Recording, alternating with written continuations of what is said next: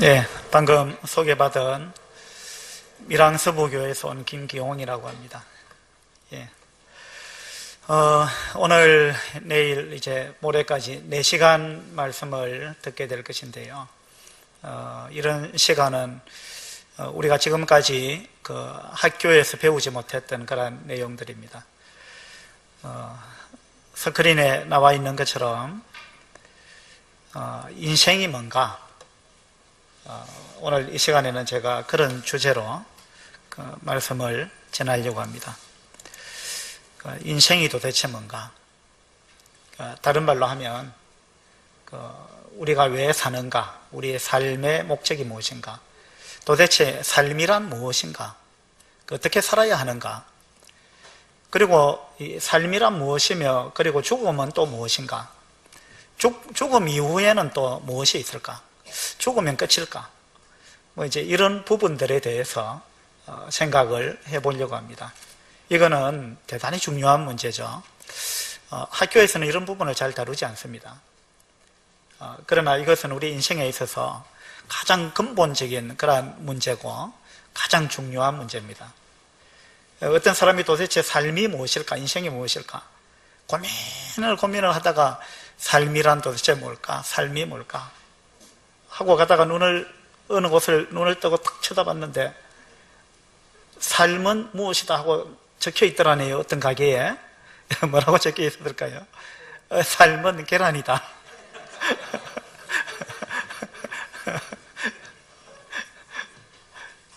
그리고 삶은 계란 500원.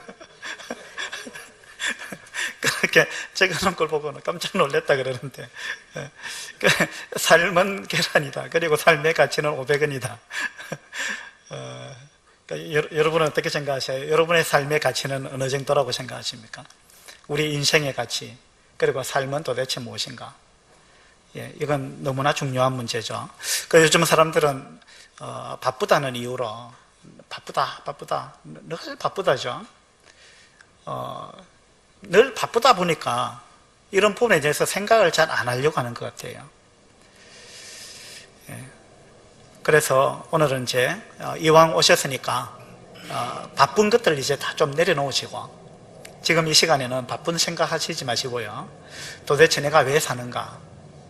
무엇을 위해서 사는가? 내가 사는 목적이 무엇인가? 어떻게 사는 것이 가장 가치 있는 인생인가? 예. 이런 부분들에 대해서 생각을 할 수 있으면 좋겠습니다. 예, 그대 인생이요, 그대는 어디서 와서 무엇을 하다가 어디로 가는가? 내가 어디서 왔는가? 그리고 무엇을 하면서 내가 사는가?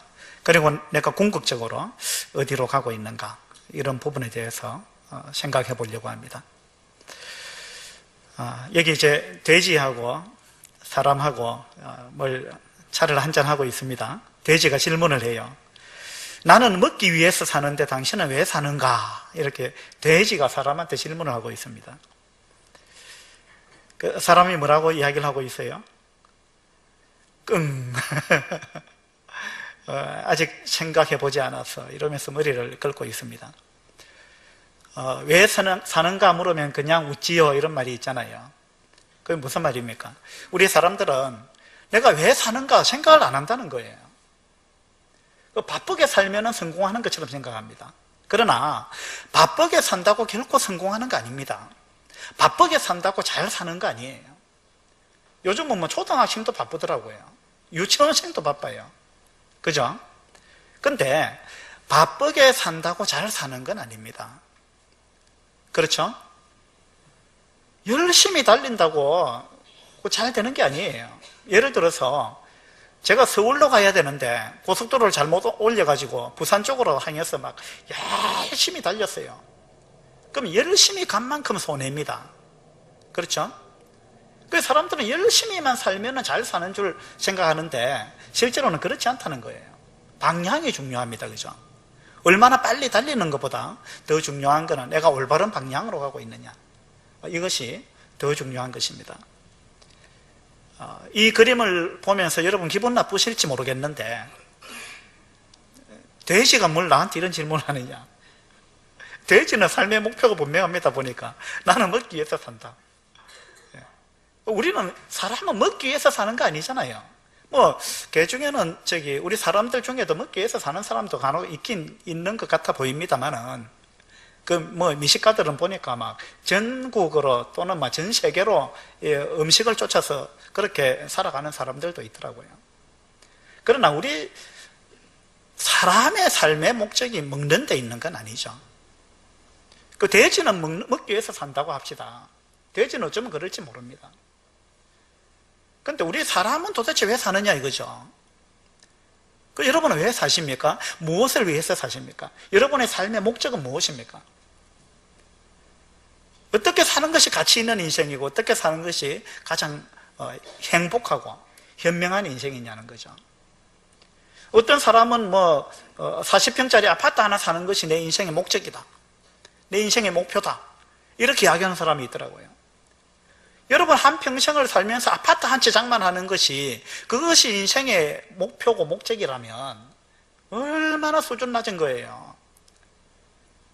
그죠? 우리 인생의 목적이 그거라면 우리는 너무 수준 낮은 삶을 살고 있는 거예요. 또 어떤 사람은 이렇게 이야기해요.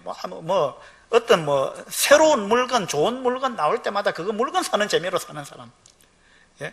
스마트폰 새 거 나오면 그거 사야 되고, 좋은 차, 새로운 모델 나오면 또 그거 사야 되고, 열심히 돈 벌어가지고 좋은 차 한 대 사고, 또 할부로 갚고, 또 돈 열심히 벌어가지고 그 차 또 몇 년 지나고 나면 또 새 차 사야 되잖아요.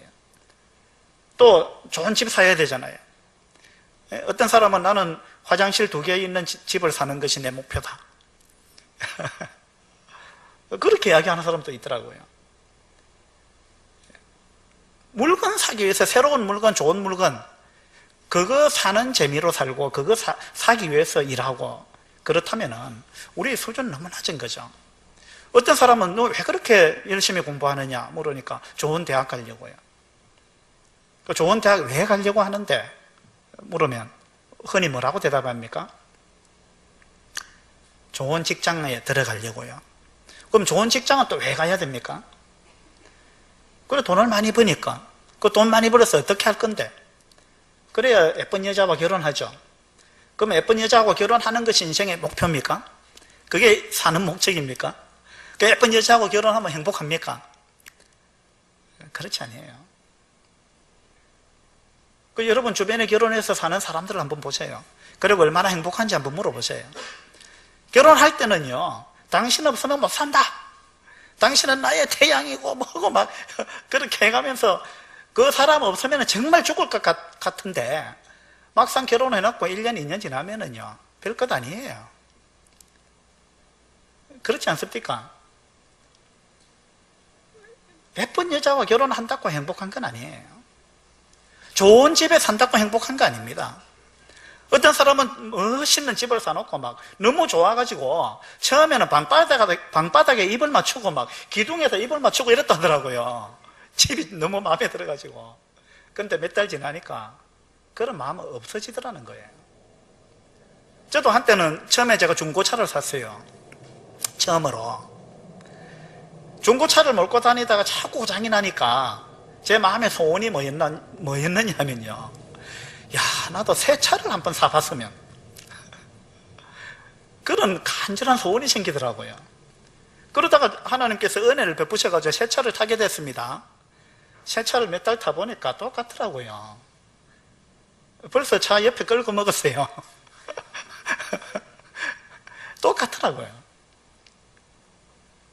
그러니까 우리가 왜 사느냐 이거죠. 결혼하면 행복할까? 결혼해서 사는 사람 보면 알잖아요. 그렇게 행복하게 사는 가정 많지 않아요. 그죠? 그 다음에 결혼해서 그 다음에 손주 얻으면 행복합니까? 처음엔 행복하죠. 자녀 낳으면 마찬가지면 자기 자녀도 마찬가지예요. 처음에 자기 자녀 태어났을 때 얼마나 그냥 기뻐가지고 막 어쩔 줄 모르죠. 그러나 그 자녀가 커서 얼마나 내 속을 썩일 것인지 이걸 우리가 미리 안다면 그걸 미리 안다면 아무도 기뻐하지 않을 거예요. 예? 자녀가 많다고 해서 행복한 것도 아니에요. 그래서 결혼하고 자녀 낳고 손주 보고 그 다음에 어떻게 됩니까? 그 다음에 어떻게 돼요? 그 다음에 죽잖아요. 그럼 죽고 나면 어떻게 되느냐 이거죠. 그 다음에는. 근데 사람들은 죽음 이후에 대해서 잘 생각을 안 한다는 것입니다. 이건요 굉장히 어리석은 것입니다. 우리 인생은 결코 길지 않습니다. 저도 살아보니까요, 어쩌다가 제가 벌써 이 나이가 됐는지 싶을 정도로 인생이 빠른 거예요. 그래서 우리는 죽음을 향해서 가고 있습니다. 저는 원래 55인데요. 제가 55년을 살았다는 말은 다른 말로 하면 55년을 죽었다는 이야기입니다. 그렇죠?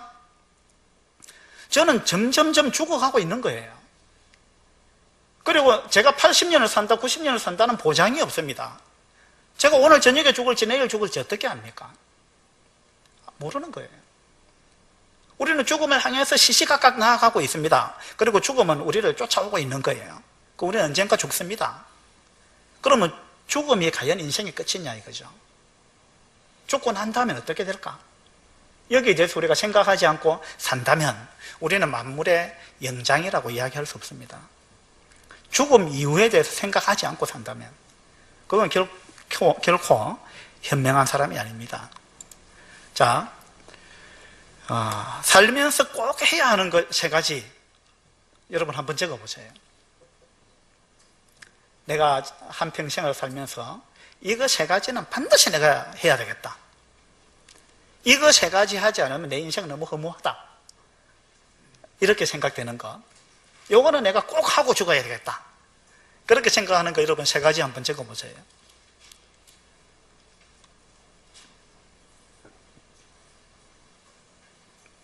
어떻게 밤을 새워서 고민을 해야 적을 수 있는 건지도 모르겠어요.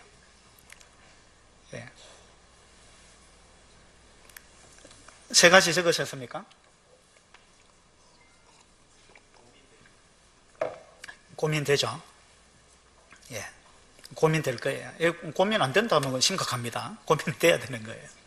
자, 3가지를 적으셨다면 그 3가지 중에서 1가지를 지우고 2가지, 이거 1가지는 내가 못하더라도 이거 2개는 반드시 해야 된다 라고 생각하는 거, 더 중요하다고 생각하는 거, 더 소중하다고 생각하는 거 2개를 남기고 1개는 그냥 줄로 꺼버리세요. 1개를 버리세요. 뭘 버릴까요? 너무 아까워서 버리기 어렵죠. 그래도 하나를 포기하세요. 2개만 한번 남겨보세요. 그렇게 하셨습니까? 그 다음에 2개 중에서, 남은 2개 중에서 1개를 마저 지우라면 무엇을 지우겠습니까?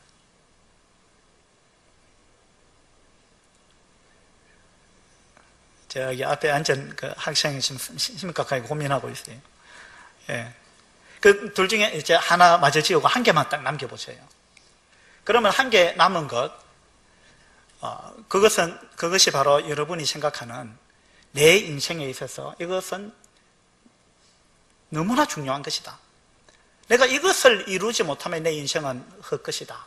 이렇게 생각할 수 있는 너무나 소중한 어떤 것이 될 거예요. 그게 무엇인지 대중 앞에서 이야기할 수 있습니까? 내가 이거 이야기하면 남들이 비웃지 않을까? 그렇게 생각할지도 모릅니다. 발표는 안 하셔도 돼요. 여러분 스스로, 나는 이것을 위해서 사는구나. 이렇게 생각할 수 있는 것이에요. 여러분, 맨 마지막에 1개 남은 거, 여러분은 어쩌면 그것을 위해서 사는지 모릅니다.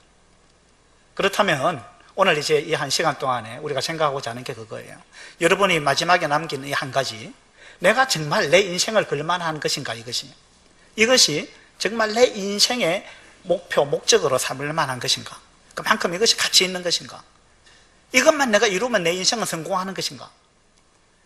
그 부분에 대해서 오늘 한번 생각해 보고자 하는 겁니다. 자, 누군가 인생을 이렇게 묘사했습니다. 어떤 사람이 산에서 호랑이를 만났습니다. 도망을 가야 되겠죠. 놀라서 정신없이 달아나다가 낭떠러지에서 떨어지고 말았어요. 낭떠러지면서 정신이 아득하였으나 구사일생으로 나무 뿌리를 붙잡았습니다. 예, 이 낭떠러지에서 그냥 떨어졌으면 이제 죽었을지 모르는데 간신히 나무 뿌리를 하나 붙잡았습니다. 정신을 차리고 올려다 보니 낭떠러지 위에는 호랑이가 다 기다리고 있는 것입니다. 올라갈 수가 없다는 이야기예요. 그리고 밑을 내려다 보니까 집채만한 구렁이가 입을 딱 벌리고 있는 것입니다. 이것이 진퇴양난이라 하죠. 올라갈 수도 없고 내려갈 수도 없는 이런 상황에 빠졌습니다. 그런데 더 기막힌 일은 자기가 나무 뿌리 하나 지금 붙들고 있는데 가만히 보니까 그 나무 뿌리를 쥐가 나와서 갉아먹더라는 거예요.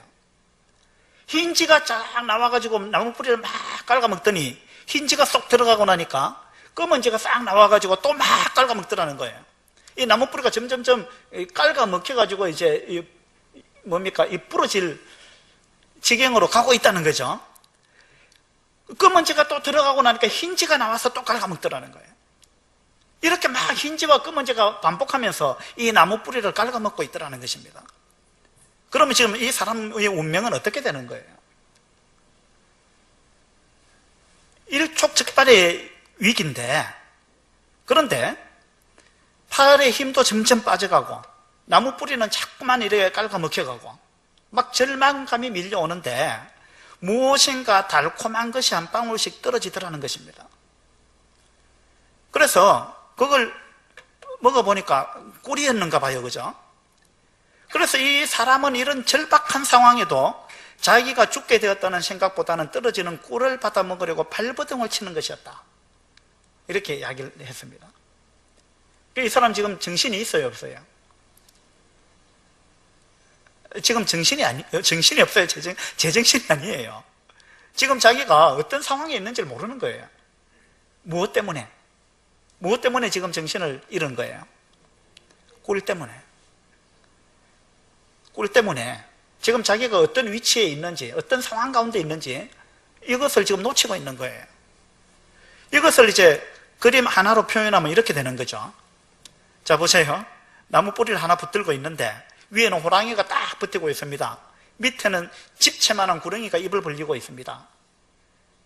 이런 난감한 상황인데 이 사람은 지금 꿀 받아 먹는데 정신이 거기 다 뺏겨버렸다는 거예요. 이것이 어쩌면 우리의 인생이라는 거예요. 누군가가 우리의 인생을 이렇게 잘 표현을 했어요. 여러분도 어쩌면 이렇게 살고 있는지 모릅니다. 여러분 한번 생각해 보세요. 여러분은 지금 죽음을 향해서 가고 있단 말이에요. 저도 마찬가지고. 죽음을 향해서 가고 있는데 우리는 지금 현실에서 꿀 같은 달콤한 무언가 이걸 쫓아가면서 이걸 붙들려고 하다 보니 내가 지금 죽음을 향해서 가고 있다는 사실을 놓치고 있다는 거예요. 죽음이 나를 쫓아오고 있다는 사실을 놓치고 있는 거예요. 우리가 무엇에 정신을 뺏기고 있는지, 무엇이 더 중요한 것인지 이런 부분들을 우리가 이런 시간 아니면 사람들 이런 걸 잘 생각하지 않는 거예요. 그래서 오늘 인생이 도대체 뭐냐, 내가 왜 사느냐, 이 부분을 대해서 우리가 꼭 생각해보고 여기에 대해서 이번 집회 기간 동안에 여러분이 답을 얻게 되기를 바랍니다. 자, 존재하는 모든 것은요, 존재 목적이 있습니다. 맞죠? 여러분 한번 가만히 생각해 보세요. 자, 여기 마이크는 존재하는 목적이 있습니까, 없습니까? 있죠? 존재 목적이 있습니다. 이 마이크는 왜 존재하는 거예요? 마이크는 사람의 음성을 증폭시켜서 멀리 있는 사람 잘 알아듣도록 그렇게 하기 위해서 존재합니다. 지금 이 마이크는 자기의 존재 목적을 달성하고 있는 거예요. 그렇죠? 자, 이 컵은 존재 목적이 있습니까, 없습니까? 있죠?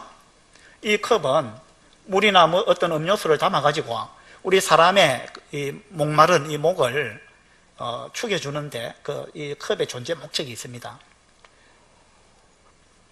이 컵은 지금 저한테 물을 주면서 자기의 삶의 목적을 달성하고 있는 거예요. 그렇죠? 자, 컴퓨터는 컴퓨터대로, 이 강대상은 강대상대로 자, 형광등은 형광등대로, 스크린은 스크린대로, 의자는 의자대로. 여기 보세요. 존재 목적 없이 존재하는 건 아무것도 없습니다. 저 시계는 시계대로 목적이 있는 거예요. 존재하는 목적이 있습니다. 존재 목적 없는 건 아무것도 없어요. 우리 주변에. 여러분 아무리 둘러봐도 목적 없이 존재하는 건 하나도 없습니다. 무언가가 목적 없이 존재한다면 그건 무용지물이에요. 그건 쓸모없다는 이야기입니다. 다시 말해서 이 세상에는 쓸모없는 게 하나도 없습니다. 모든 건 다 쓸모가 있는 거예요. 다 존재하는 목적이 있습니다. 그러면 여러분은 왜 존재합니까? 여러분은 왜 존재하느냐 이 말이에요. 다시 말해서 왜 사느냐 이 말입니다. 왜 이 땅에 여러분이 존재하고 있느냐, 무슨 목적으로, 무엇을 위해서 존재하느냐 이 말입니다. 근데 내가 왜 존재하는지 모르겠다 이러면 나는 쓸모없는 사람이다 이런 이야기밖에 안 되는 거예요. 다 쓸모없는 존재는 하나도 없는데 우리 사람이, 만물의 영장이라는 우리 사람이 내가 왜 존재하는지, 내가 왜 사는지 그 존재 목적을 내가 모르고 있다면 그것만큼 불행한 게 없는 거예요. 그것만큼 우리가 무익한 존재일 수가 없는 겁니다. 그죠? 모든 것은요, 존재 목적이 있습니다. 자, 존재 목적은 누가 정하죠? 누가 정합니까? 자, 이 컵의 존재 목적은 컵이 정했습니까? 누가 정했어요? 사람이 정했습니다. 이 컵의 존재 목적은 컵이 정하는 게 아니에요. 이 컵을 만든 사람이 정하는 것입니다. 맞죠? 자, 이 마우스의 존재 목적은 자기가 정하는 거 아닙니다. 그러면 어느 날 이 마우스가 내가 왜 존재하지? 내가 존재하는 목적을 모르겠다. 내가 왜 살지? 이런 생각이 들었다 칩시다. 그러면 이 마우스가 자기가 존재하는 목적을 알고 싶으면 어떻게 하면 되겠어요? 자기를 만든 사람한테 가서 물어보면 됩니다. 그게 가장 정확한 거예요. 마우스를 만든 사람한테 가서 당신이 나를 무슨 목적으로 왜 만들었습니까? 물으면 정확하게 가르쳐 줄 거 아니에요. 그죠? 틀림없는 사실이에요. 그런데 우리 사람도 마찬가지입니다. 내가 왜 존재하는가, 내가 왜 사는가 알고 싶으면 나를 만드신 분한테 가서 물어보면 돼요. 그런데 우리 사람은요, 내가 스스로 존재한다고 생각해요. 물론 우리가 하나님을 믿는 사람들은요, 하나님께서 나를 만드셨다라는 걸 인정하는 사람이에요. 그래서 하나님한테 하나님 나를 왜 만드셨습니까? 물으면 하나님은 이 성경을 통해서 답을 주시는 거예요. 이 성경에 답이 있습니다. 하나님이 나를 만드셨기 때문에 목적 없이 안 만들 거 아니에요. 우리 사람이 뭘 만들었는데 목적 없이 아무것도 만들지 않습니다. 사람이 무언가를 만들 때는 항상 목적이 있기 때문에 만드는 거예요. 그렇죠? 다시 말해서 만들어진 모든 것은 존재 목적이 있는 거예요. 우리 사람도 내가 만들어진 존재라면 내 존재 목적이 분명히 있습니다. 근데 내가 만들어진 존재가 아니라면, 다시 말해서 내가 우연히 어쩌다 보니까 저절로 생겨났다, 저절로 존재했다, 이게 진화론입니다. 자, 진화론은 창조자를 인정하지 않는 거예요. 저절로 생겼다는 것입니다. 저절로, 우연히, 어쩌다 보니. 그죠? 여러분이 진화론을 진짜로 믿는다면 여러분은 목적 없는 존재가 됩니다. 왜 그런지 아십니까? 여러분은 어쩌다 보니까 존재하는 거예요. 목적이 없습니다. 그죠? 이 진화론은 그런 거예요. 한번 여러분 양심에 손을 얹고 가슴에 손을 얹고 한번 생각해 보세요. 내가 어쩌다가 우연히 존재하는 그런 존재인가?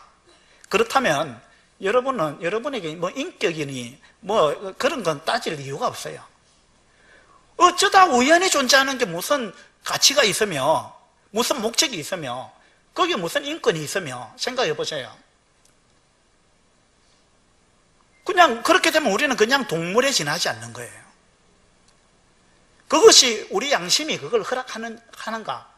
뭐 이걸 우리가 과학적 어떤 뭐 여러 가지 다른 방법으로도 생각해 볼 수 있지만 오늘은 그런 쪽 말고 여러분 양심에 손을 얹고 내가 과연 그런 존재인가? 내가 정말 그 정도밖에 안 되는 존재인가? 내 인생이 그런 건가? 나는 목적이 없는 존재인가? 내가 어쩌다 보니까 우연히 존재하는 그런 존재인가? 여러분 한번 생각해 보세요. 그러면 여러분의 인생의 가치가 없어지는 거예요. 여러분의 삶의 목적도 없는 것입니다. 그것이 과연 우리 인간이냐 이 말입니다. 우리 주변에 보이는 모든 것들은 다 목적이 있는데 유독 우리 사람이 목적이 없다면 그런 사람을 어떻게 존귀하다 하겠으며 어떻게 고귀하다 하겠으며 어떻게 천부인권이 어떻고 그런 이야기를 어떻게 할 수 있습니까? 그런 이야기 할 가치가 없는 거예요. 여러분의 삶의 목적을 여러분이 발견하지 못했다면, 그걸 정확하게 모른다면 여러분 인생은 너무 허무한 거예요. 그리고 존재 목적은 그러니까 자기가 정하는 게 아니에요. 자, 아까 여러분 내가 왜 사는가, 무엇을 위해서 사는가 세 가지 적으라 했죠. 그 중에 두 가지를 지우고 한 가지를 남겨봐라 그랬는데, 자, 여러분은 어쩌면 이 한 가지를 위해서 사는지 모릅니다. 그런데 이것이 여러분의 삶의 목적이라면, 자, 이 삶의 목적을 누가 정한 거예요? 여러분이 그것을 위해서 산다면, 아까 나머지 한 개 남겨놓았던 것, 가장 중요하다고 생각하는 것, 여러분이 그것을 위해서 산다면 그것이 여러분의 삶의 목적일 텐데, 그 여러분의 삶의 목적을 그러면 누가 정한 거예요? 누가 정한 겁니까? 여러분이 정한 거예요. 맞죠? 거기에 문제가 있습니다. 자, 보세요. 이 컵은 뭔가 음료수를 담아서 사람한테 마시게 하기 위해서 존재합니다. 그것이 이 컵이 존재하는 목적이에요. 그런데 이 컵에다가 물을 부으려고 하는데 이 컵이 나한테 물 붓지 마세요. 물 붓는 걸 허용을 안 한단 말입니다. 예를 들어서 나한테 아무것도 붓지 마세요. 나는 그런 거 싫어요. 이렇게 이야기한다고 칩시다. 이 컵이. 그러면 여러분 이 컵 어떻게 하겠어요? 이 컵이 아무것도 자기 붓는 걸 허락을 안 한단 말입니다. 이 컵이. 그러면 이 컵을 여러분 어떻게 하시겠어요? 깨버려야 되죠. 그죠? 나한테 아무 필요가 없는 거예요. 소용이 없는 것입니다. 무가치 한 거예요. 자, 사람이 차를 만들었습니다. 차. 사람을 태우기 위해서. 목적은 거기 있습니다. 그런데 문을 열고 타려고 하는데 차가 타지 마 이런단 말이에요. 여러분 보고 나한테 타지 마 이런단 말입니다. 차가. 그러면 여러분 그 차를 어떻게 해야 됩니까?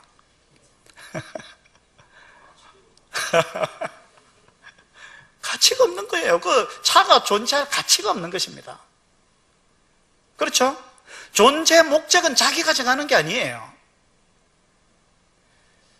자기가 정하는 것이 아니고요. 존재 목적은 그 존재를 만든 사람이 정하는 거예요. 맞죠? 여러분의 삶의 목적도 마찬가지입니다. 여러분의 삶의 목적을 여러분이 정해서는 안 되는 거예요. 왜냐하면 여러분의 인생은 여러분 것이 아니에요. 내 인생은 나의 것 이런 노래가 있는데, 예? 그러니까 부모님도 나한테 타치하지 마세요. 내 인생 내 거니까. 그건 대단히 무례한 이야기입니다. 어떻게 자기 인생이 자기 거예요? 자기 인생을, 자기 몸을 자기가 만들었으면 자기 거라 할 수 있죠. 여러분 몸을 여러분이 만드셨어요? 여러분의 몸과 영혼을 여러분이 만들었느냐고요? 여러분 거 아니잖아요. 여러분이 안 만들었잖아요. 근데 왜 내 거라 그래요? 왜 내 마음대로 살려고 하는 거예요? 그거는 이 컵이 여기 아무것도 붓지 마라 하는 거하고 똑같은 거예요. 그것은 이 컵은 자기가 생각할 때는 나는 여기 아무것도 담고 싶지 않아. 나는 아무것도 안 담는 거 그것이 더 좋아. 그것이 더 멋있는 삶이야. 이렇게 생각할지 모릅니다. 그러나 사람이 볼 때는 아니라는 거예요. 이 컵을 만든 사람의 입장에서 볼 때 그건 아니라는 거예요. 똑같습니다.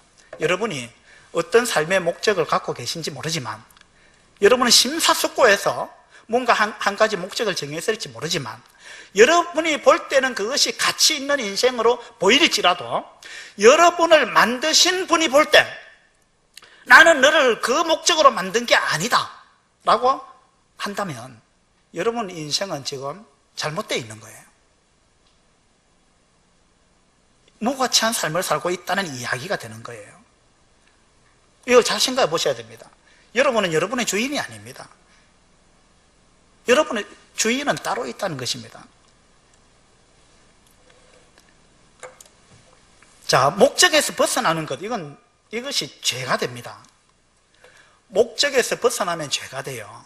자, 예를 한번 들어볼까요? 식칼은 왜 존재합니까?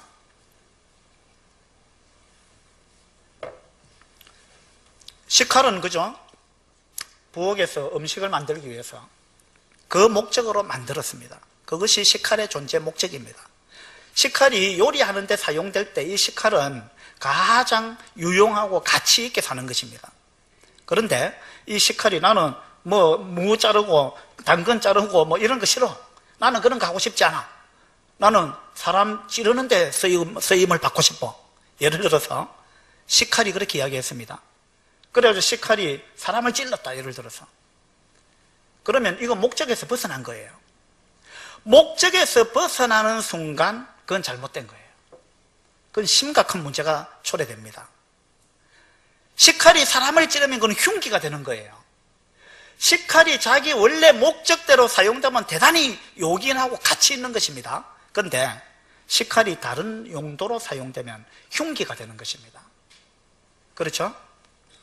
그 다음에 비행기는 왜 존재합니까? 왜 사람을 태워서 빨리 먼 곳으로 빨리 이동시키기 위해서 존재하는 목적이 그겁니다. 근데 어느 날 비행기가 나는 그런 걸 위해서 살고 싶지 않아. 그건 뭐 할 건데? 나는 건물을 들이받을 거야. 그래가지고 저기 미국의 무슨 빌딩이에요? 쌍둥이 빌딩 뭡니까? 세계무역센터 들이받았잖아요. 예? 흉기가 된 거예요. 자기 원래 목적에서 벗어나는 순간 이건요 심각한 문제를 초래합니다. 그것은 목적에서 벗어난 것을 성경에서는 죄라 그럽니다. 여러분이 아무리 열심히 살아도, 여러분의 인생을 아무리 열심히 살아도 그것이 하나님께서 여러분을 만드신 목적에서 어긋나 있다면 하나님은 여러분을 쓸모없는 존재로 보십니다. 왜냐하면 쓸모없는 정도가 아니에요. 목적에서 벗어나 있으면 무용지물이고 쓸모없을 뿐만 아니라 해악을 끼치고 있는 거예요. 여러분 그게 인정이 잘 안 되겠죠? 그러나 여러분을 만드신 분의 입장에서 여러분 한번 생각해 보세요. 여러분이 하나님을 인정하지 않으면 여러분은 삶의 목적을 발견할 수 없습니다. 그러면 아무리 열심히 살아도 그건 하나님 앞에서 굉장히 잘못되어 있는 거예요. 하나님은 그것을 심판하신다 그랬어요. 그걸 죄라고 이야기하는 것입니다. 트럭도 짐을 실어 나르기 위해서 있는데 이 트럭이 사람을 깔아뭉개고 지나간다. 지금 테러 일으키는 사람들이 그렇게 하잖아요. 이 트럭을 갖고 그 관광지에 사람들이 많이 몰려있는 이런 곳에서 사람을 향해서 돌진해가지고 사람을 수십 명, 수백 명을 깔아뭉개 죽이고 이런 일들이 일어나고 있잖아요. 목적에서 벗어난 건 죄입니다. 우리 삶도 똑같습니다. 그래서 예수님은요, 죄에 대해서 이렇게 정리하셨습니다. 우리 누가복음 13장을 한번 보도록 합시다.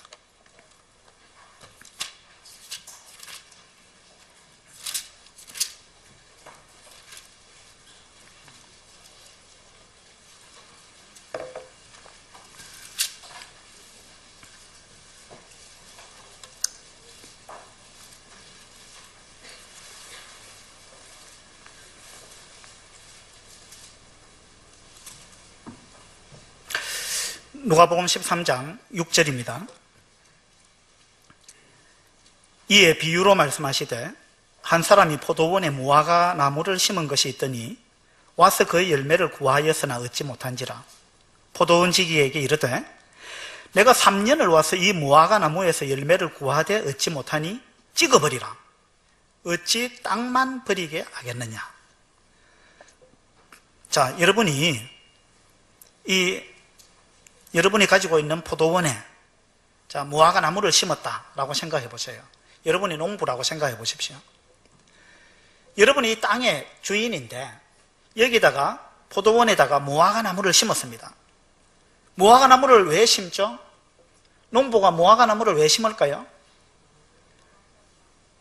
목적은 무화과 열매를 얻는 데 목적이 있습니다. 포도나무를 왜 심습니까? 포도 열매를 따는 데 목적이 있는 거예요. 그렇죠? 이 사람이 무화과 나무를 심었습니다. 목적은 단 하나입니다. 무화과 그 과일을 얻기 위한 목적입니다. 무화과 나무를 심었습니다. 그리고 와서 열매를 구하여서나 얻지 못했다 그랬습니다. 두 번째 해에 왔습니다. 왔는데 또 열매가 하나도 없었어요. 그리고 또 1년을 기다렸습니다. 3년이 지나가지고 또 이 포도원에 와서 무화과 나무에 열매가 있는가 살폈습니다. 그런데 열매가 하나도 없었습니다.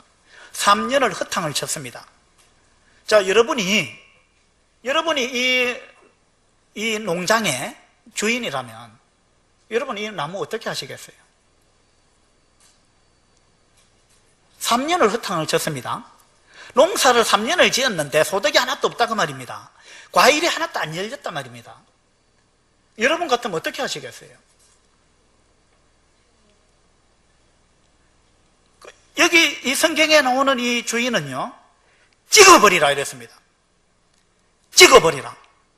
이 나무 잘라버리라는 거예요. 왜? 쓸모가 없다. 소용이 없다는 거예요. 무화과 나무 이파리 보려고 심은 거 아니에요. 그렇죠? 열매를 위해서 심은 겁니다. 3년째 왔는데 열매가 하나도 없었습니다. 이 농부는, 이 주인은요, 더 이상 이 나무를 남겨둘 이유가 없어져 버렸습니다. 너는 도대체 무화과 나무로서의 역할을 못하고 있다. 너는 쓸모가 없다. 그래서 너는 잘라버려야 되겠다. 찍어버려야 되겠다. 주인은 이렇게 생각했습니다. 그래서 그 농부를 보고 찍어버리라 이랬습니다. 8절에 보세요. 포도원지기가 이렇게 이야기했습니다. 대답하여 이르되 주인이여 금년에도 그대로 두소서. 내가 두루 파고 거름을 줄이니 이후에 만일 열매가 열면 좋거니와 그렇지 않으면 찍어버리소서. 이렇게 이야기했습니다. 다시 말해서 이 포도원지기는요, 주인한테 주인님 한 번만 더 기회를 줘봅시다. 1년만 더 기다려봅시다. 내가 이번에 땅을 파고 거름을 주고 내가 잘 또 가꾸어 볼 테니까 한 번만 더 기회를 줘봅시다. 이렇게 포도원지기가 이야기해가지고 이 주인이 1년을 더 유예를 시켜줬습니다. 그런데 만약에 이렇게 해서 1년 더 유예를 시켰는데 4년째 왔는데 또 무화과 과일이 하나도 안 열렸다. 그때 어떻게 되겠어요? 그때 이 주인이 어떻게 하겠습니까? 그때는 아마 사정없이 잘라버릴 거예요. 예수님께서 왜 이 이야기를 하셨을까요? 이건 지금 나무에 관한 이야기가 아니에요. 이게 바로 우리에 관한 이야기입니다. 예수님이 이 땅에 오셔서 우리 사람들이 살아가는 걸 보니 내가 사람을 저런 목적으로 만든 게 아닌데 사람들은 지금 예수님이 만든 목적을 벗어나서 자기 마음대로 살고 있는 거예요. 목적에서 벗어나 있는 거예요. 다시 말해서 예수님이 우리를 처음 만들었던 그 열매를 목적했던 바 그 열매를 사람들이 맺지 않고 있다는 것입니다. 목적에서 벗어나 있다는 거예요. 그래서 예수님이 1년, 2년, 3년을 기다렸는데 끝끝내 자기 마음대로 사니까 이사야서 53장에 보면 우리는 다 양 같아서 그릇 행하여 각기 제 길로 갔더니 이렇게 나옵니다. 우리는 다 양 같아서 그릇 행하여 각기 제 길로 갔다. 이게 무슨 말이냐면 자기 마음대로 살았다 이 말입니다. 각기 제 길로 갔다.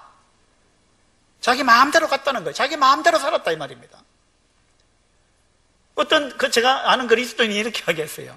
아이고 우리 애가 말이에요. 우리 애가 주 뜻대로 살아야 되는데 지 뜻대로 산다고. 주 뜻대로 살아야 되는데 늘 지 뜻대로 산다고. 골치가 아프다. 그런 이야기를 하는 걸 들었어요. 우리가 예수님이 봤을 때 그런 거예요. 우리 사람이 살아가는 것이 하나님이 목적한 바대로 우리를 만든 목적과는 아무 상관없이 엉뚱한 길로 가고 있더라는 것입니다.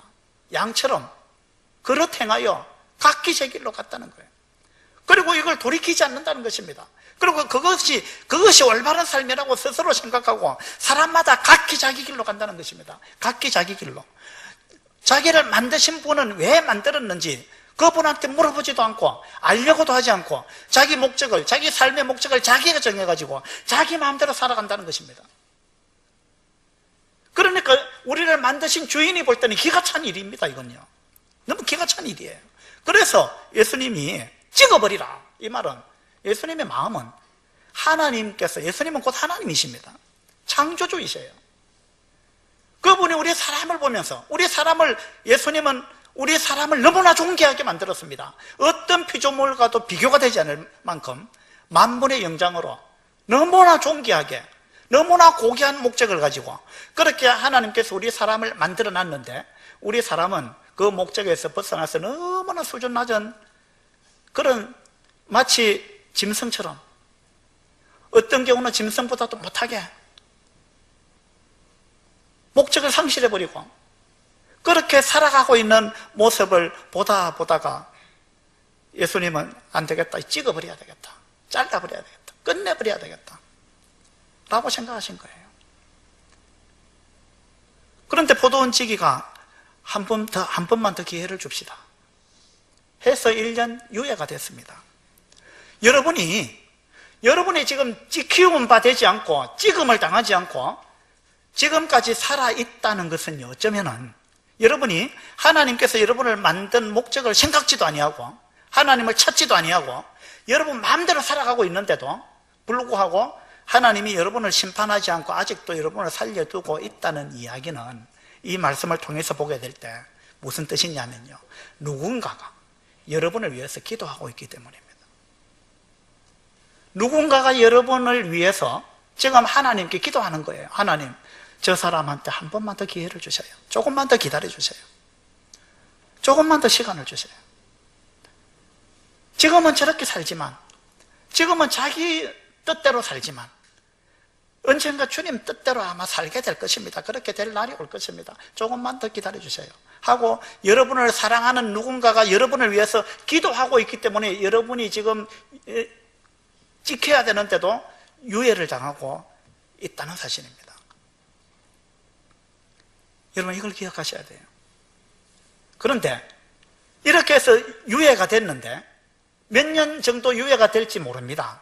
여러분이 몇 년 앞으로, 인생이 몇 년 더 남았는지는 아무도 모르는 거예요. 하나님께서 여러분을 향해서 얼마나 오래 참으실지 이것은 아무도 모르는 거예요. 그래서 우리는 죽음이 나를 붙잡기 전에, 하나님의 심판이 여러분의 목덜미를 잡기 전에 여러분이 이걸 자꾸만 지체해서는 안 되는 거예요. 빨리 하나님께로 돌아와야 됩니다. 하나님께로 돌아와야 여러분의 삶이, 그때부터 진짜 여러분의 삶이 의미가 있어지고 가치가 있어지는 거예요. 그때 여러분은 정말 인간다운 삶을 살게 되는 거예요. 물론 우리 주변에 교회 다니는 사람들은 우리보다 더 나쁘더라 이렇게 이야기할 수도 있어요. 그건 그 사람 이야기고 다 그런 건 아니에요. 물론 가짜도 많습니다. 그러나 그런 사람 핑계 대지 마시고요, 여러분의 삶을 정말 가치 있고 의미 있게 만들기 위해서는 여러분을 만드신 분께로 여러분이 돌아오셔야 됩니다. 그래야 여러분의 삶의 목적을 발견하게 되는 것입니다. 나무가 열매를 맺지 아니하는 것, 이걸 예수님은 이걸 죄라고 정의하시는 거예요. 여러분은 어떤 열매를 맺고 있는지 한번 생각해 보세요. 자, 그러면 우리 삶의 목적이 도대체 뭘까요? 창세기 1장을 같이 한번 보도록 합시다.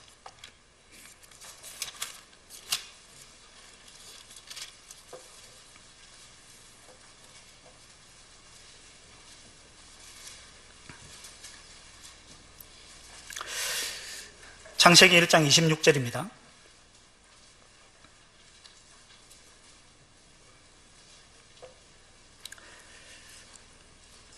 (26절) 같이 읽겠습니다. 시작. 하나님이 이르시되 우리의 형상을 따라 우리의 모양대로 우리가 사람을 만들고 그들로 바다의 물고기와 하늘의 새와 가축과 온 땅과 땅에 기는 모든 것을 다스리게 하자 하시고. 자, 하나님이 우리를 어떤 모양으로 만드셨다 그랬습니까? 하나님이 이르시되 우리의 형상을 따라. 자, 하나님이 하나님의 형상을 따라. 하나님이 여기 우리 복수로 나와 있는데, 물론 이제 성부 하나님, 성자 하나님, 성령 하나님, 이 삼위일체 하나님을 의미하는 것입니다. 하나님이 우리의 형상을 따라 우리의 모양대로 우리가 사람을 만들자 이렇게 말씀하셨습니다. 그리고 27절에 보니까 하나님이 자기 형상, 곧 하나님의 형상대로 사람을 창조하시되 남자와 여자를 창조하셨다 이렇게 말씀하고 있습니다. 하나님은 우리를요 하나님의 형상대로 만드셨습니다. 왜 우리 사람을 하나님의 형상으로 만들었을까요? 그래서 어떤 교회에서는요 하나님의 형상대로 사람을 만들 때 남자와 여자를 만들었다 이랬으니까 어떤 교회는 신문에 광고를 크게 대문짝하게 냈는데 뭐라고 냈느냐 하면요, 여러분이 다니는 교회에는 아버지 하나님만 계십니까? 우리 교회에는 어머니 하나님도 계십니다. 그러면서 아버지만 계신 집이 좋습니까? 어머니도 같이 있는 집이 좋습니까? 이런 광고를 냈어요. 그 어떤 교회인지 아십니까? 하나님의 교회라는 교회가 있어요. 그러니까 이단입니다. 그래가지고 자기 교회는 아버지 하나님도 있고 어머니 하나님도 계시다는 거예요.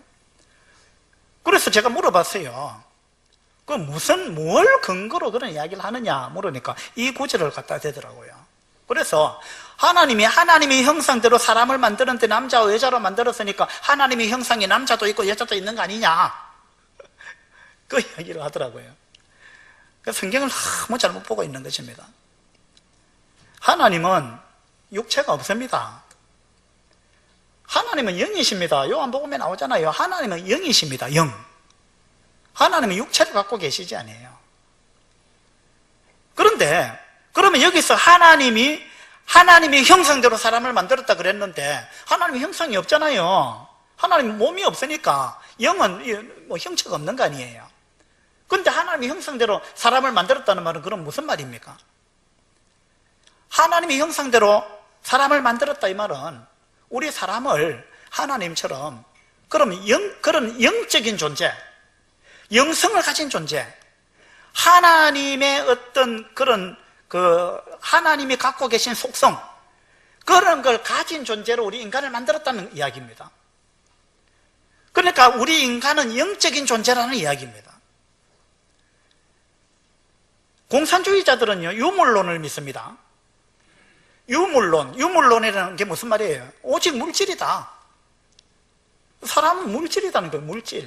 물질적인 존재로만 보겠다 이 말입니다. 영적인 존재로 안 보겠다는 거예요. 이 사람을 얼마나 격화시킨 것입니까? 진화론도 마찬가지입니다. 진화론도 사람을 그냥 동물로 보겠다는 거예요. 그런데 성경은 그렇게 나와 있지 않아요. 성경은 우리 사람이 얼마나 좋은 귀한 존재냐 하면 우리 사람은 하나님의 형상대로 만들어진 존재라는 것입니다. 이 세상에 사람 말고 어떤 피조물도 하나님의 형상대로 지어진 존재는 없어요. 우리 사람만큼은 하나님의 형상대로 영성을 가진 영적인 존재로 만들어졌다는 것입니다. 그래서 사람을 만물의 영장이라고 하는 말이 그 말입니다. 영장이라 할 때 그 영이 영혼, 육 할 때 그 영을 의미하는 거예요. 영적인 존재라는 것입니다, 우리 사람이. 그리고 하나님의 특성이 뭐예요? 하나님의 속성이 무엇입니까? 하나님은 거룩하신 분이에요. 하나님은 사랑이십니다. 요한일서에 보면 하나님은 사랑이시라 이렇게 나와 있습니다. 그렇죠? 그러면 이게 뭐냐 하면 하나님께서 우리 사람을 하나님의 형상으로 만드셨다라는 이야기는 하나님께서 우리 사람을 어떤 피조물보다도 더 고귀한 존재로, 다시 말해서 하나님을 닮은 존재로 그렇게 수준 높은 존재로 만들었다는 이야기입니다. 우리 사람은 엄청나게 수준 높은 그런 고귀한 존재입니다. 왜냐하면 우리는 하나님을 닮았기 때문이에요. 하나님이 가지고 있는 속성을 우리가 가지고 있다는 것입니다. 왜 하나님의 형상대로 우리를 만들었을까요? 하나님은 사랑이십니다. 그래서 하나님의 형상대로 우리를 만들어야만 우리가 하나님과 이 소통이 되는 거예요. 하나님과, 사랑이신 하나님과 우리가 사랑을 할 수 있다는 거예요. 우리가 영이 없으면 사랑이 안 되는 것입니다. 하나님이 우리한테 어떤 지정의를 주지 않았다면, 하나님이 우리한테 어떤 자유의지를 주지 않았다면 우리 하나님과 사랑할 수 없어요. 하나님이 우리를 하나님의 형상대로 만든 목적이 있는 것입니다. 그거 뭐냐면 하나님은 사랑이시기 때문에 하나님은 우리와 사랑을 나누기를 원하셨습니다. 하나님은 우리를 사랑의 대상으로 만들었어요. 하나님과 정말 사랑을 나누는 이 사랑은 완전한 사랑입니다. 여러분이 우리 사람끼리 하는 사랑은 절대 완전한 사랑 아닙니다. 여러분 생각해 보세요. 우리는 사랑한다 사랑한다, 연애하는 사람들이 사랑한다 그렇게 이야기를 하지만 가만히 따져보면요, 하나님이 우리를 사랑하는 사랑하고는 너무나 수준 차이가 나는 거예요. 우리 사람이 하는 사랑은 대부분 이기적인 사랑을 하고 있어요. 사랑은 원래 이타적인 거잖아요. 그죠? 자기 유익을 구하지 않는 게 사랑입니다. 그런데 부부시간에도 보세요. 왜 부부 싸움하는 거예요? 왜 하는 거예요? 자기한테 유익이 안 오니까, 저 사람이 나를 섬기지 않으니까, 내 뜻대로 안 해주니까, 자기 마음대로 하니까, 내 생각하고 다르니까. 그죠? 이게 뭐예요? 이게 다 이기적인 것입니다. 우리는요, 말로는 우리가 뜨겁게 사랑한다, 성소하게 사랑한다 하지만 실제로는 따지고 보면 너무나 이기적인 사랑을 하고 있는 것입니다. 그런데 하나님의 사랑은 그런 게 아니에요. 하나님은 우리를요, 그런 식의 사랑을 하는 존재, 그런 존재를 우리를 만든 게 아니에요. 하나님은 우리를 굉장히 수준 높은 하나님의 수준과 같은, 그렇게 해서 하나님과 완전한 사랑을 나누는 존재, 하나님과 교통하며 하나님과 사랑하고 하나님과 하나가 되어가지고 그렇게 살아갈 수 있는 존재로, 하나님의 사랑의 대상으로 하나님이 우리를 만드셨습니다. 그것이 하나님이 우리를 만든 목적이에요. 그런데 여러분, 하나님과 사랑하고 계십니까? 하나님은 그 목적을 갖고 여러분 만드셨어요. 그런데 여러분은 하나님을 사랑하고 계십니까? 하나님 난 알지도 못하는데. 알아야 사랑을 할 거 아니에요. 하나님은 여러분을 사랑하고 계십니다. 지금도 변함없이. 하나님 여러분을 사랑하지 않으면 여러분은 1초도 살 수 없어요. 이 지구가 돌아가는 것이 저절로 돌아가겠어요? 한번 생각해 보세요. 여러분 몸이 저절로 만들어진 겁니까? 여러분 몸속에 심장이 있고 허파가 있고 이 심장이 1초에 한 번씩 뛰는 것이 여러분 의지로 뛰는 것입니까? 아니잖아요. 이거 다 하나님의 능력이에요. 우리 몸이 얼마나 신묘막측하게 만들어져 있습니까? 이것이 우연일까요? 이게 어쩌다 보니까 그렇게 된 겁니까? 이 지구가 태양 주위를 한 바퀴 도는데 365일 5시간 48분 46초 만에 한 바퀴를 돌아요. 빨라지지도 않고 느려지지도 않고 똑같은 속도로 수천 년을 돌고 있잖아요. 그런데 이게 저절로 된 겁니까? 이게 저절로 도는 것입니까? 이건 다 하나님의 능력이에요. 우리가 생명을 유지하기 위해서는 엄청나게 많은 조건들이 필요한데 그 조건들이 이 지구에 정확하게 갖추어져 있는 것입니다. 그래서 이것을 어떤 사람은요, 아주 정밀하게 튜닝되어 있다 이렇게 이야기했어요. 튜닝, 악기 줄 맞추는 거, 음 맞추는 거 있잖아요. 반음도 틀리지 않게끔 아주 정밀하게 튜닝되어 있다 이랬어요. 이 우주가, 그리고 이 지구가, 이 우리가 살아가기 위한 모든 조건들이 너무나 정밀하게 조건이 우리가 딱 살기 좋게 만들어져 있다는 것입니다. 공기의 구성 성분이며 모든 것이, 지구와 태양의 거리며 달의 크기고 지구의 크기고 이 모든 것이 조금만 어긋나도 우리는 살 수 없다는 것입니다.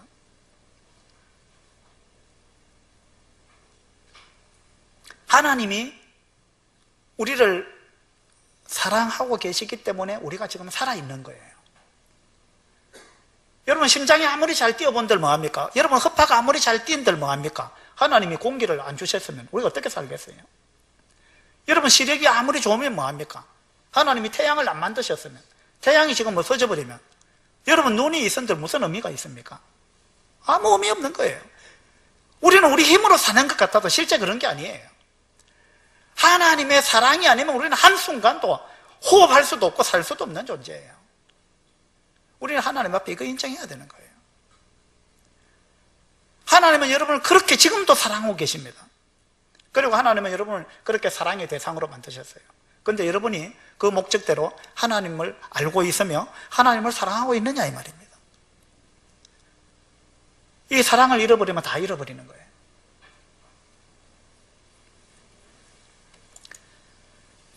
그런데 하나님은 우리 사람을 이와 같은 목적으로, 고귀한 목적을 가지고 고귀한 존재로 하나님께서 우리 사람을 만들었습니다. 그런데 우리 사람은 이 목적에서 벗어났어요. 언제 어떻게 벗어났는지 한번 볼까요? 창세기 3장 1절입니다.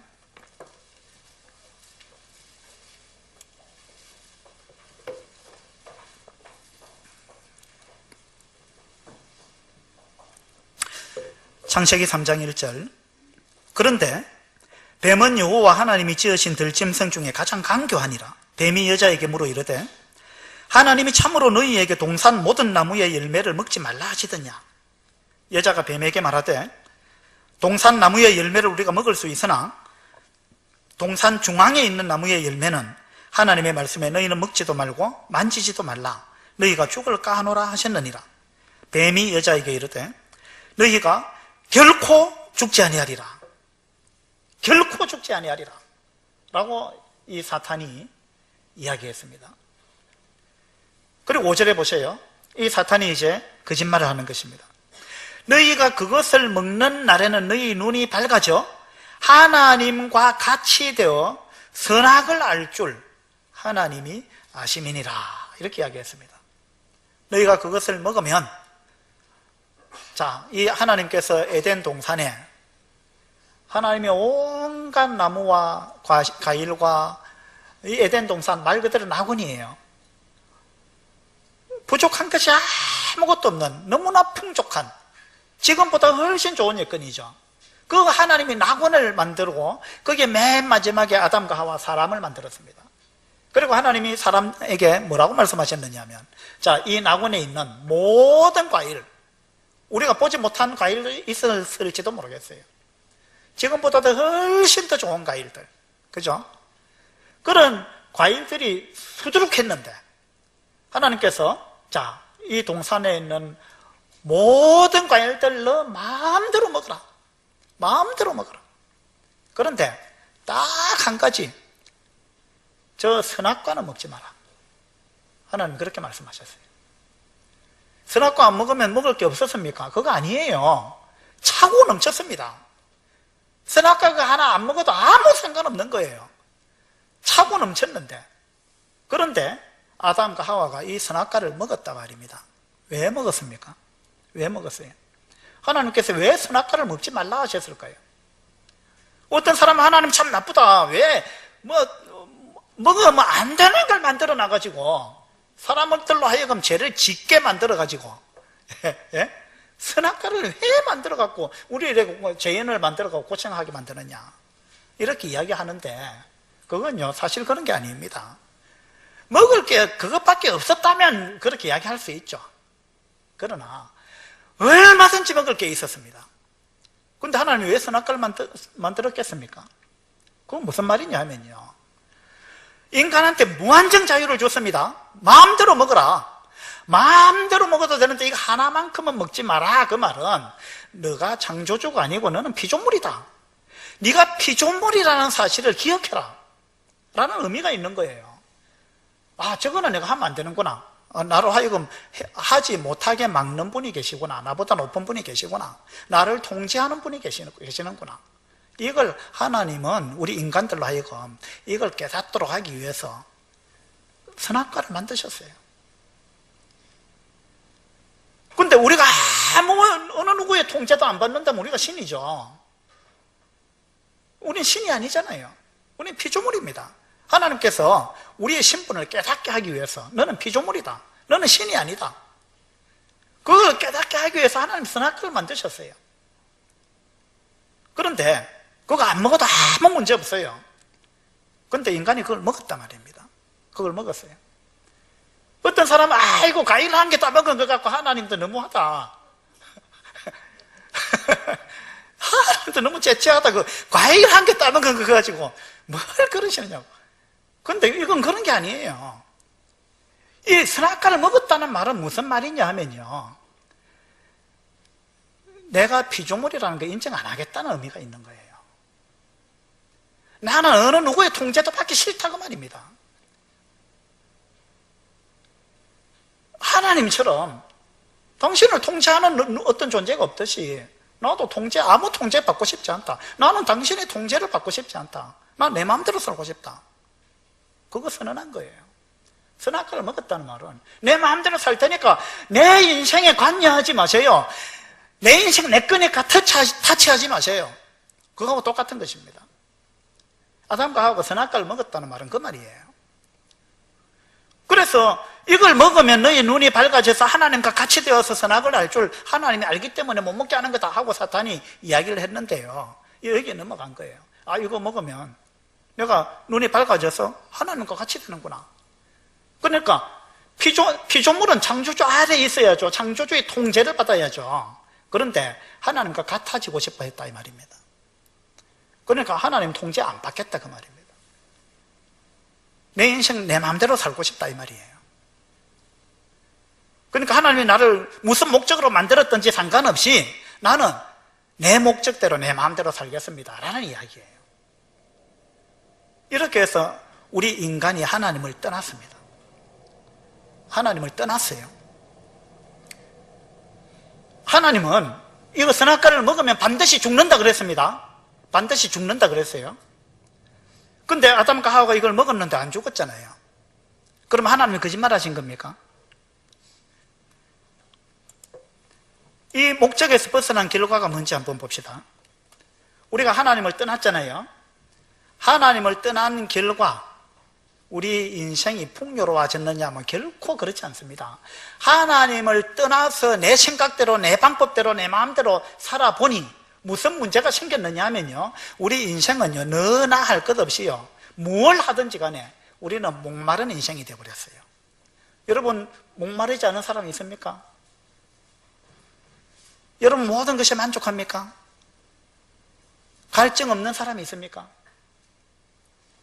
하나님을 떠난 결과 우리는 뭘 해도 이 갈증이 채워지지 않는 거예요. 목마른 인생이 되어버렸습니다. 요한복음 4장에 보면요, 사마리아 우물가를 예수님이 지나가시다가 그 우물가에서 어떤 여인을 만났습니다.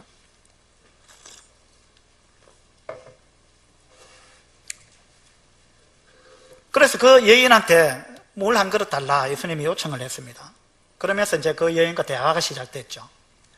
대화를 하다가 예수님이 이 여인을 보고 뭐라 그랬느냐 하면 가서 네 남편을 데려와라 이랬습니다.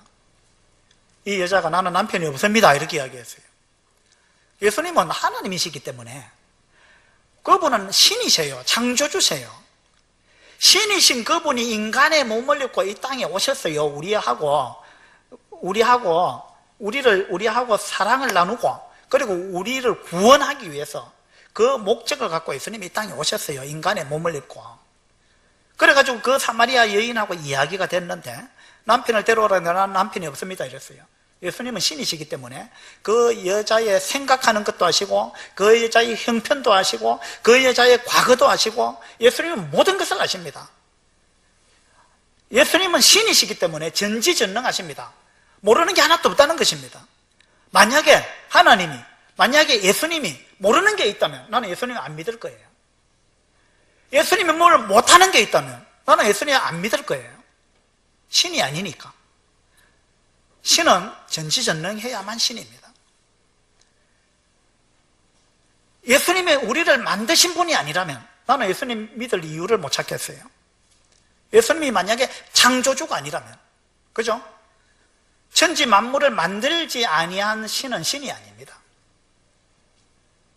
그래서 신은 하나님 한 분밖에 없어요. 예수님은 그 여인의 모든 것을 아십니다. 마찬가지로 예수님은, 하나님은 여러분의 생각을 아십니다. 여러분의 안고 일었음을 아신다 그랬어요. 멀리서도 여러분의 생각을 아신다 그랬습니다. 시편 139편에 보면 하나님은 여러분의 모든 것을 아십니다. 지금 여러분이 어떻게 살아왔으며 무엇을 하고 살아왔으며 무슨 죄를 얼마만큼 지었는지, 지금 현재 여러분이 이 자리에 앉아서 무슨 생각을 하고 있는지 하나님은 다 아시는 거예요. 저는 여러분이 지금 무슨 생각하고 있는지 몰라요. 여러분이 지금 여러분의 눈이 저를 쳐다보고 있다 할지라도 여러분의 생각은 지금 딴 데가 있을 수 있습니다. 그런데 저는 그걸 몰라요. 그런데 하나님은 여러분의 생각을 아십니다. 우리의 모든 것을 아시는 그분, 예수님이 그 여인 보고 뭐라고 이야기했느냐 하면, 남편을 데려오라 그런데 남편이 없다 그랬죠. 그 예수님 뭐라고 하셨느냐 하면, 너한테 남편이 5명이 있었는데, 그리고 지금 너는 6번째 남자하고 살고 있는데, 지금 그 남자도 너의 남편이 아니니까 너 남편이 없다는 말이 옳다, 이렇게 이야기했단 말이에요. 이 여자가 깜짝 놀랐습니다. 처음 만난 사람인데 자기의 과거를 다 알고 있거든요. 그러니까 이 여자가 깜짝 놀란 거예요. 이 여자는 5번 이혼했습니다. 그리고 6번째 남자하고 살고 있는데 정식 결혼도 안 한 거예요. 그리고 이 여자가 우물가에 물을 들어왔습니다. 이게 의미하는 바가 뭐냐면, 우리 인간은 너나 할 것 없이 목이 마르다 그 말입니다. 우리는 뭔가 갈증을 느끼고 있어요. 우리는 뭔가 허전한 뭔가가 있어요. 여러분 모든 걸 가져보세요. 아무리 출세를 하고 성공을 해도, 아무리 많은 돈을 가져도, 아무리 높은 지위에 올라가도, 아무리 엄청난 명예를 가져도, 아무리 예쁜 여자를 가져도 여러분 마음 한구석에 뭔가 허전한 거 분명히 있을 거예요. 이것은요, 하나님이 아니면 메꾸어지지 않는 거예요. 그래서 어떤 사람은 그렇게 이야기했어요. 우리의 마음 한구석에는 하나님의 형상을 닮은 빈 공간이 있다, 이렇게 이야기했어요. 하나님의 형상을 닮은 빈 공간이 있다. 하나님이 아니면 결코 채워질 수 없는, 뭘 해도 뭘 가져도 우리를 만족시켜 줄 수 없다는 것입니다. 여러분 보세요. 왜 재벌 회장이 자살합니까? 왜 대통령을 한 사람이 자살을 합니까? 왜 그 예쁜 탤런트, 인기 많은 탤런트가 자살을 합니까? 왜 그런 거예요? 그런 걸로 메꾸어지지 않는다는 거예요. 그런 걸로 여러분 인기, 명예, 재산, 지위 이런 걸로 우리 인생은 메꾸어지는 게 아니에요. 결코 그걸로 만족할 수 없습니다. 우리 인생은 그걸로 만족할 수 있도록 만들어진 게 아니에요. 하나님과 사랑할 때, 하나님을 만났을 때, 하나님과 함께 살아갈 때, 그때 비로소 메꾸어지는 거예요. 그것이 우리 인생입니다. 하나님은 그 목적을 갖고 우리를 만드셨어요. 여러분이 하나님께로 돌아오지 않으면, 하나님을 발견하지 못하면 여러분은 결코 만족할 수 없습니다. 틀림없어요. 우리는 다 목마른 자들이에요. 예레미야 2장 13절을 한번 찾아봅시다.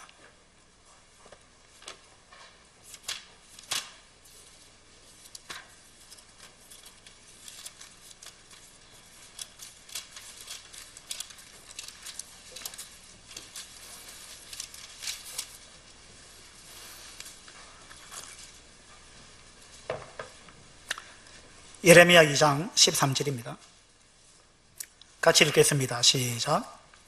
내 백성이 2가지 악을 행하였나니 곧 그들이 생수에 근원 되는 나를 버린 것과 스스로 웅덩이를 판 것인데 그것은 그 물을 가두지 못할 터진 웅덩이들이니라. 하나님께서 이렇게 말씀하십니다. 자, 사람이 2가지 악을 행했다. 2가지 악을 행했는데 그 첫 번째는 뭐냐 하면, 그들이 생수에 근원되는 나를 버린 것이다. 이것이 첫 번째 악이라는 거예요. 하나님이 우리 주인인데, 나를 만드신 분인데, 근데 피조물이 창조주를 버렸다는 것입니다. 그 창조주는 생수의 근원이라고 표현되어 있어요. 생수의 근원 되신 그분을 우리가 버린 것, 이것이 우리의 첫 번째 죄입니다. 이건 다른 말로 하면 자식이 부모를 버렸다는 이야기입니다. 자식이 부모를 버렸어요. 그리고 부모를 부모로 인정을 안 해요.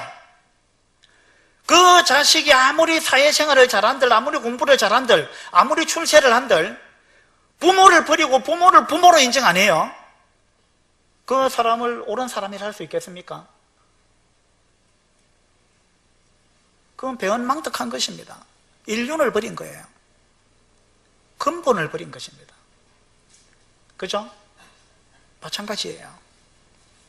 하나님께서, 저는 그걸 100% 믿지만, 만약에 하나님 믿지 않는 분 입장에서 본다면, 만약에 하나님이 여러분을 만드신 게 맞다면 저는 그걸 100% 믿어요. 저는 그 0.1%의 의심도 없어요. 그냥 무턱대고 믿느냐? 아닙니다. 저도 따져볼 만큼 따져봤어요. 그리고 내린 결론은 틀림없다라는 사실이었어요. 저는 그걸 확신합니다. 수많은 증거들이 있습니다. 생각이 있는 자는 하나님을 믿게 되어 있습니다. 너무 기분 나쁘게 들릴지 모르겠는데 좀 생각해 보시면요, 안 믿을 수 없게 되어 있어요. 로마서 1장에 보면 하나님을 믿을 만한 증거들이 차고 넘친다고 되어 있어요. 하나님이 만드신 모든 만물 가운데 하나님의 신성과 능력이 깃들어져 있다 그랬어요. 풀 한 포기를 봐도, 꽃 한 송이를 봐도, 뭘 봐도 거기에 하나님의 능력과 신성이 다 깃들어져 있다는 것입니다. 밤하늘에 뜨는 별을 봐도, 뭘 봐도, 그리고 우리 속에도 있다 그랬어요. 하나님을 알만한 것. 우리 속에, 여러분 속에 양심이 있잖아요. 양심 없는 사람 있어요? 나는 양심이 없는데 그런 분 계세요? 여러분의 뭔가 잘못된 일을 했을 때 여러분의 양심은 여러분을 책망했을 거예요. 양심의 가책을 느낀다 그러잖아요. 자, 여러분 보세요. 양심은 누구 편인지 아십니까? 여러분의 양심이 누구 편인지 아세요? 여러분 양심이니까 여러분 편이 돼야 되겠죠. 그런데 여러분의 양심은 절대 여러분 편 아닙니다. 안 그래요? 내가 저거 하나 슬쩍 하면 좋겠다 해서 하나 물건을 슬쩍 훔쳤어요. 그때부터 내 양심은 나를 책망합니다. 너 그 나쁜 놈, 나쁜 짓이야. 가슴이 두근두근하고 막 얼굴이 빨개지고 막 그러죠. 양심의 가책을 받잖아요. 이거 무슨 말이냐면 양심이 나를 책망하고 있다는 것입니다.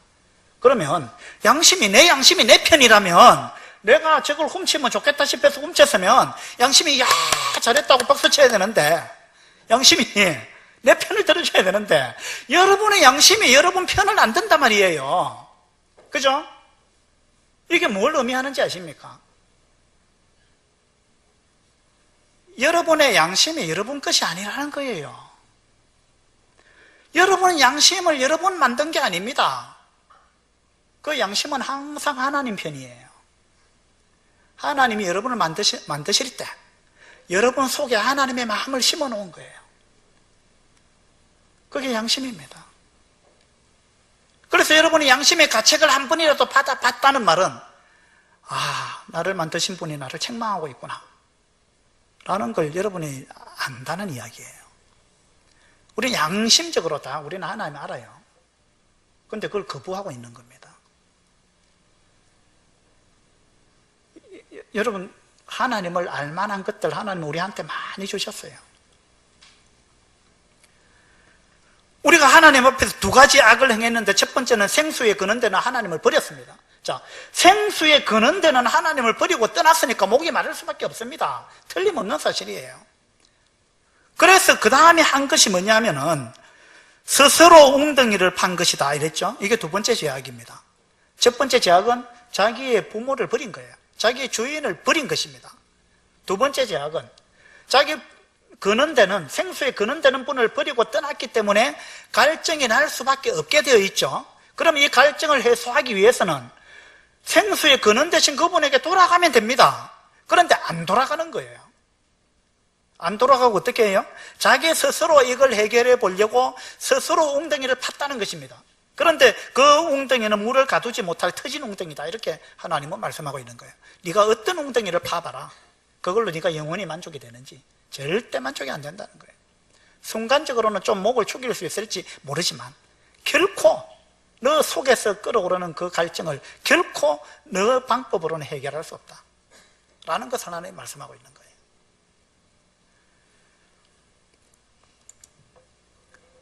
자, 우리가 하나님을 떠난 결과 첫 번째, 우리는 목마른 인생이 됐다는 것이고요, 결코 만족할 수 없는, 어디에서도 뭘 해도 만족이 안 되는 삶이 되어버렸다는 거, 이게 첫 번째, 우리가 목적에서 벗어난 결과입니다.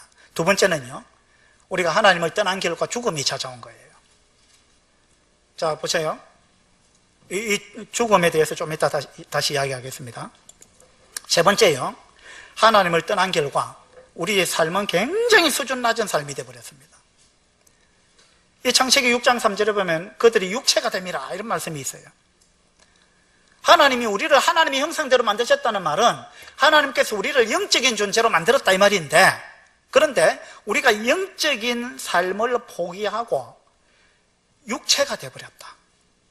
다시 말해서 이걸 다른 번역 성경에서는요, 이 창세기 6장 3절을 어떻게 번역해놨느냐 하면요, 제가 읽어드리겠습니다. 그들이 육신이 되었다라고 해놨는데 공동 번역에는 이렇게 되어 있습니다. 사람은 동물에 지나지 않으니 나의 입김이 사람들에게 언제까지나 머물러 있을 수는 없다 라고 이야기하고 있어요. 그래서 하나님이 심판을 예고하셨습니다. 사람이 동물에 지나지 않은 존재가 되어버렸다. 내가 사람을 처음 만들 때는 그렇게 만들지 않았는데 나의 형상을 닮은 영적인 존재로, 영성을 가진 그런 영적인 존재로 만들었는데 그들이 이 삶을 포기하고 동물에 지나지 않은 육체가 되어버렸다. 육체적인 삶으로 만족하는, 그렇게 아주 수준 낮은 삶으로 전락해버렸다는 것입니다. 이것이요, 하나님을 떠난 결과입니다. 그 다음에 하나님을 떠난 결과 또 한 가지는요, 하나님께 대한 반역심을, 적개심 이런 걸 가지게 됐다는 것입니다. 우리는요, 알게 모르게 하나님을 향한 적개심을 갖고 있어요. 그리고 반역심을 갖고 있습니다. 하나님이 이거 하지 마라 하면 안 하면 되는데, 하지 마라 하면 더 하고 싶어요. 우리 마음속에 그게 있어요. 하라 하면 하기 싫고요. 그렇죠? 하지 마라 하면 꼭 하고 싶은 거예요. 이와 같은 게 우리 속에 있습니다. 우리 그만큼 병들어버린 거예요.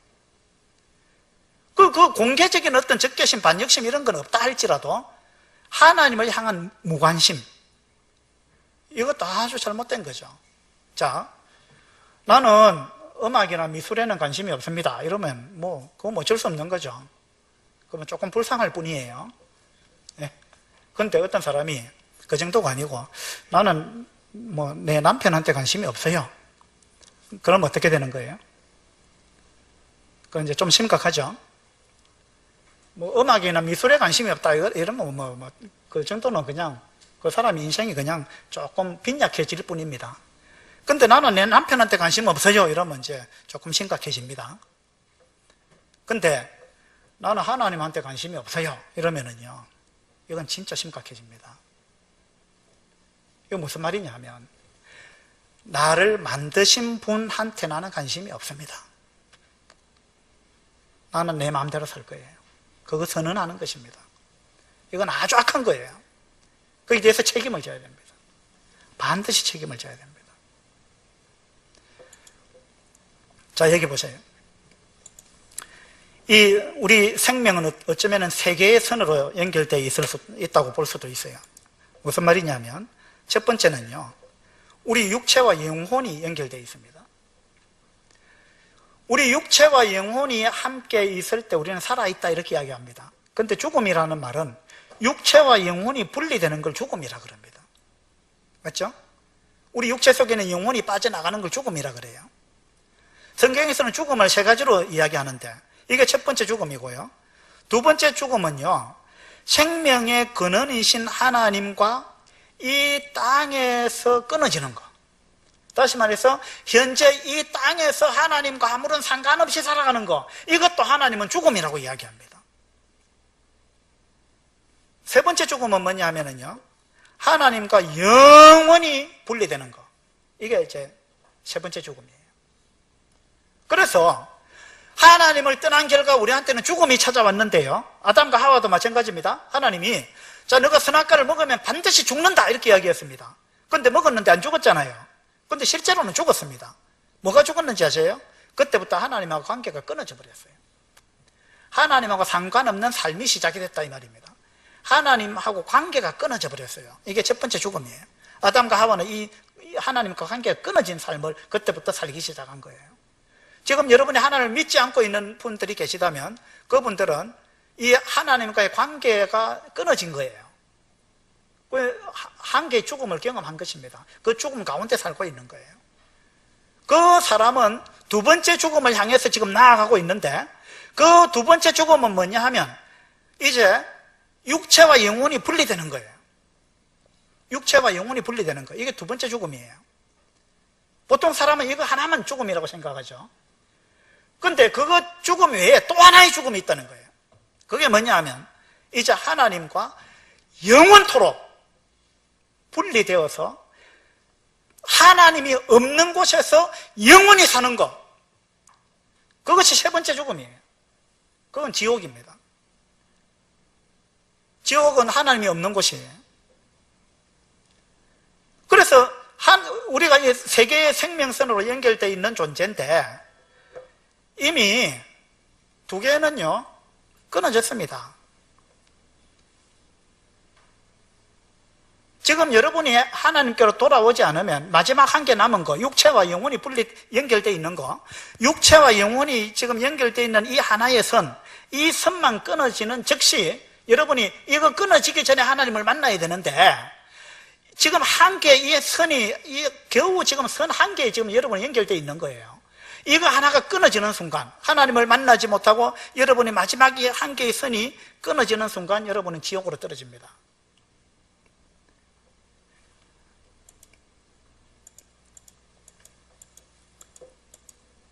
근데 이 마지막 남은 선 한 개를 제가 이제 이거 좀 이해를 돕기 위해서 확대를 한 거예요. 이 한 개의 선을 확대해 보니까 이 한 개의 선이 튼튼하지 않더라는 거예요. 많은 지금 흠이 있어가지고 끊어지기 일보 직전이라는 것입니다. 그렇죠? 여러분 지금 육체와 영혼이 연결돼서 살아있는데 지금 여러분 몸이 많이 병들었죠? 고장이 많이 났죠? 이 선이 온전한 선이 아니라는 이야기예요. 이거 언제 끊어질지 모릅니다. 이거 끊어지기 전에 여러분 빨리 하나님을 믿으셔야 돼요. 그렇지 않으면 이 선이 끊어지는 순간 여러분은 영원히 하나님을 만날 수 없는 곳에, 그곳에 가게 됩니다. 그곳은 지옥이에요. 그건 불못입니다. 하나님이 안 계신 곳이에요. 하나님이 안 계신 곳이 지옥이고 하나님이 안 계신 곳은 사랑이 없는 곳이에요. 하나님이 사랑이기 때문에 그곳은 빛이 없는 곳이에요. 하나님이 빛이시기 때문에. 여러분 지옥은 실제합니다. 실제로 있어요. 천국도 실제로 있습니다. 하나님도 진짜 있어요. 실제로 있는 거예요. 제가 그거 믿지 않으면 제가 이런 이야기 안 하죠. 제가 그거 믿지 않는데 이 이야기를 하면 저는 사기꾼이잖아요. 제가 왜 그 사기치면서 살겠습니까? 이렇게 한다고 제가 부자가 됩니까? 그거 아니잖아요. 여러분 잘 생각해 보세요. 이 포항이 지진 난 거예요. 우리가 언제 죽을지 모르는 것입니다. 여러분 생명은 정말 위기 가운데 있다는 거 아셔야 됩니다. 여러분이 언제 이 낡은 선이 언제 끊어질지 아무도 모릅니다. 죽음이 결코 끝이 아니라는 사실. 죽음이 결코 끝이 아니라는 사실. 여러분이 하나님께로 돌아오지 않고 하나님을 만나지 않는다면, 그래서 하나님이 여러분을 창조하신 목적대로 여러분이 살지 않는다면, 여러분 이 가나팔 선이 끊어지는 그 순간 여러분 정말 지옥에 떨어질 수밖에 없습니다. 여러분이 지옥 안 가고 싶다고 안 가는 게 아니에요. 하나님이 여러분을 심판하실 것입니다. 그래서 오늘 이 첫 시간에는요, 우리가 왜 사는가? 우리 삶의 목적이 뭔가? 그 목적을 누가 정해야 되는가? 나는 무엇을 위해서 사는가? 어떻게 사는 게 가장 가치 있는 삶이냐? 이런 부분에 대해서 제가 말씀을 드렸습니다. 목적에서 벗어난 건 죄라 그랬습니다. 죄에 대해서는 반드시 심판이 있습니다. 죄의 결과는 반드시 있습니다.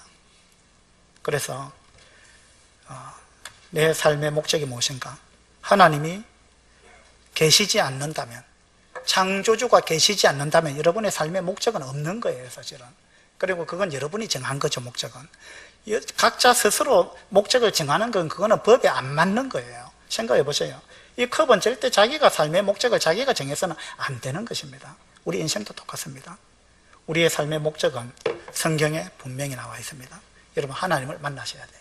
그렇게 해야 여러분의 삶이 의미가 있고 가치가 있어집니다. 예. 그래서 오늘은 여기서 마치고요. 내일은 이제 우리가 어떻게 하나님께로 돌아갈 수 있는가? 또 죄란 도대체 뭔가? 어떻게 이 죄를 용서받을 수 있는가?